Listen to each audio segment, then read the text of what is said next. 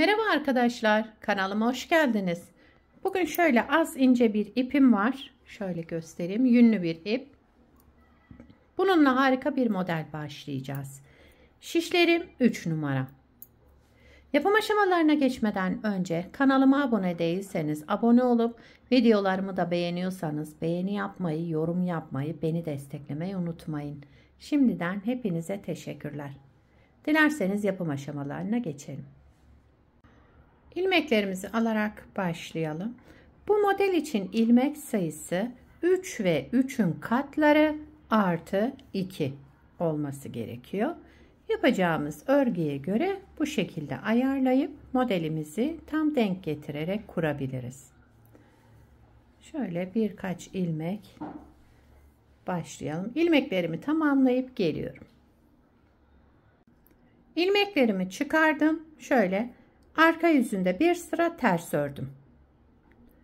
Şişimde 17 ilmeğim var. 17 ilmekle modelimi anlatacağım. Lastik yapmayacağım için arka yüzünde bir sıra ters ördüm. Eğer siz lastik yaptıysanız lastiğin ön yüzünden modeli kurmaya başlayabilirsiniz. Modelimiz 4 sıradan oluşuyor. Birinci sıra ön yüzündeyim. Kenar ilmeğimi örmeden aldım. Bütün ilmeklerimi düz örüyorum. Birinci sıra ön yüzünde ilmeklerimizi düz örerek tamamlayalım.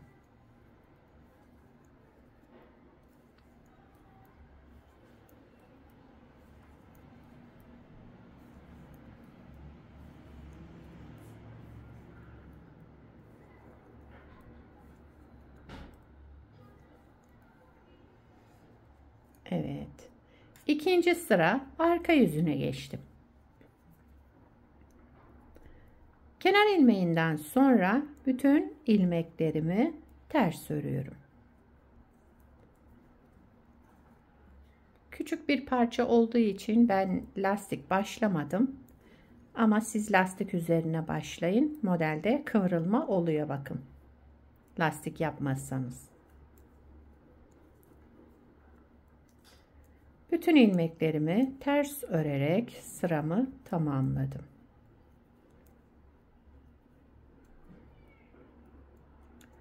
Kenar ilmeğini ben düz örüyorum. Üçüncü sıra ön yüzündeyim.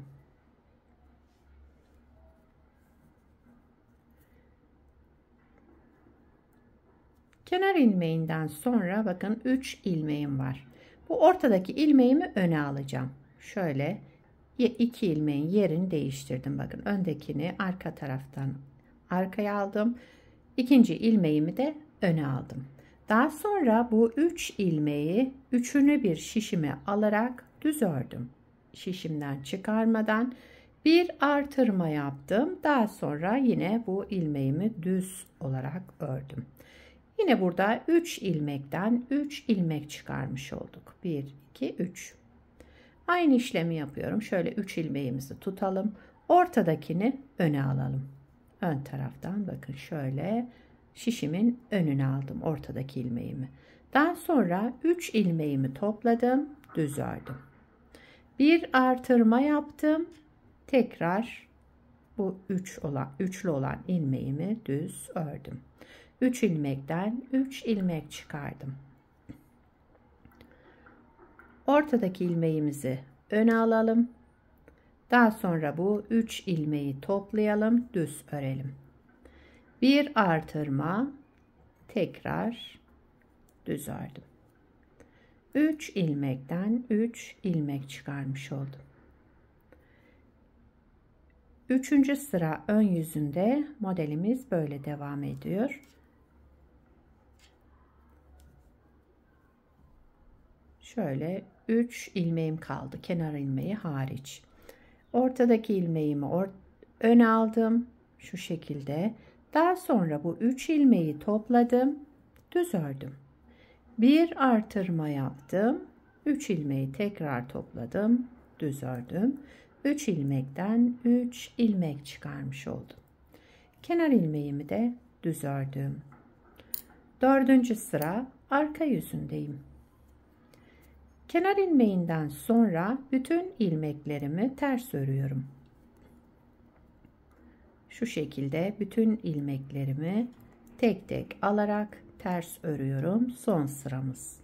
4. sıra arka yüzündeyiz.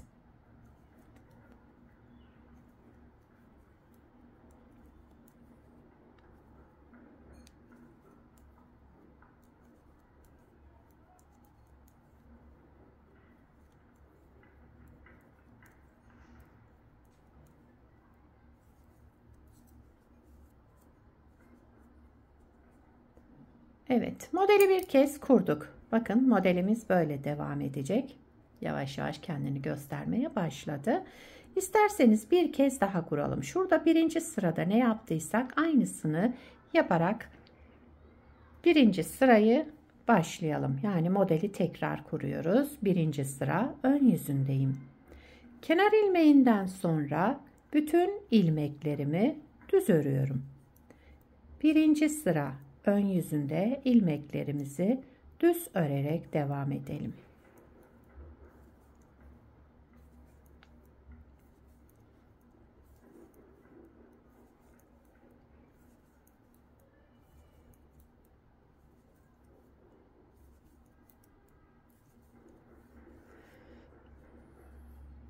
İkinci sıra arka yüzündeyim. Kenar ilmeğinden sonra ilmeklerimin tamamını ters örüyorum.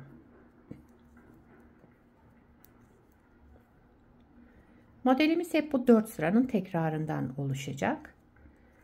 Böyle devam edecek. Yani oldukça kolay bir model. Örgüye yeni başlayanlar bile kolaylıkla yapabilirler.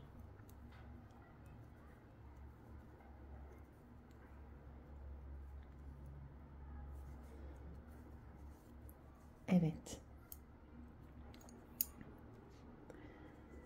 3. sıra ön yüzündeyim. Kenar ilmeğinden sonra bakın şöyle 3 ilmeğim var. Ortadaki ilmeğimi öne alıyorum bakın. Birinci ilmeğimi arka tarafa aldım. İkinci ilmeğimi öne getirdim sol şişimde. Bu 3 ilmeğin üçünü bir toplayarak düz ördüm. Şişimden çıkarmadan şöyle bir kez düz ördüm. Bir artırma yaptım. Daha sonra yine aynı bu 3 ilmeğimi bir kez daha ördüm. 3 ilmekten 3 ilmek çıkardık. Tekrar ediyoruz. Ortadaki ilmeğimizi öne alalım. Şöyle. Daha sonra bu ilmeklerimizi toplayarak düz örelim. Bir artırma yaptım ve tekrar düz ördüm.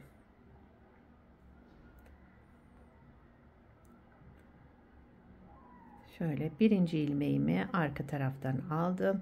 İkinci ilmeğimi de ön taraftan sol şişime taktım. Ve 3 ilmeğin üçünü bir toplayarak düz ördüm. Bir artırma yaptım. Tekrar düz ördüm.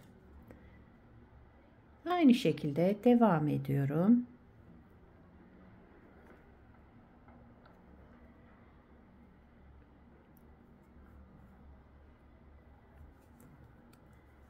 Şöyle.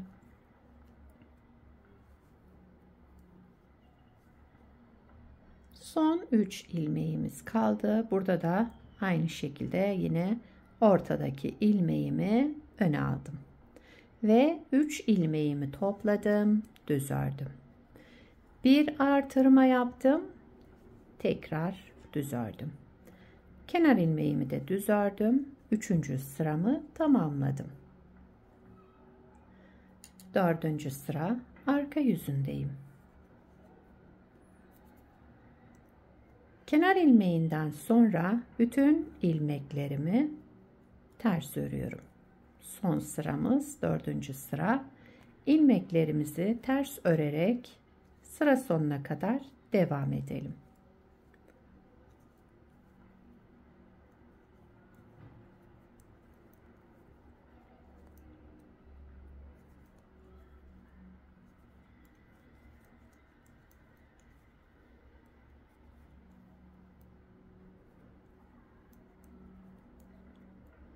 Kenar ilmeğimi de düz ördüm.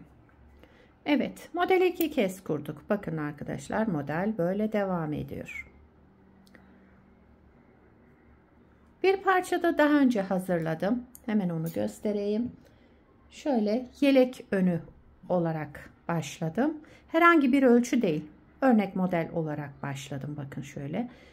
Bunu beraber yaptık. Lastiksiz başladık. Burada tekstil tipi lastik kullandım. Şöyle alt kısmına, ön patına da 7 ilmek haroşa olarak yürüttüm. Şöyle. Eğer yelek yapacaksanız bu şekilde yapabilirsiniz. Daha sonra model ilmeklerimiz, böyle yelek önü yapacaksanız 7 ilmek patına koyun. Daha sonra da 3 ve 3'ün katları artı 1 kenar ilmeği ekleyin. Çünkü diğer taraf pat olduğu için kenar ilmeği 1 ilmek eklerseniz yeterli. Bu şekilde yapacaksanız. Pat kullanmadan da yapacaksanız ilmek sayınız 3 ve 3'ün katları artı 2 olması gerekiyor. Modelin arka yüzü de bu şekilde. Yakadan başlama örgülerinizde de kullanabilirsiniz bu modeli. Gayet güzel. Bakın şöyle her açıdan göstereyim size. Bu ipte de gayet güzel durdu. Angora tarzı iplerin bir tık kalını bu. İhraç fazlası bir ip. Şöyle. Bu modelden yelek, hırka, süveter, atkı, bere, çorap, patik hepsinin yapımında kullanabilirsiniz. Gayet kolay ve güzel bir model. Sizler de nelerde kullanacaksınız bu modeli, onları yorumlarda belirtirseniz sevinirim arkadaşlar. Yapacak olanlara kolay gelsin. Bir sonraki videoda görüşmek üzere. Hoşça kalın.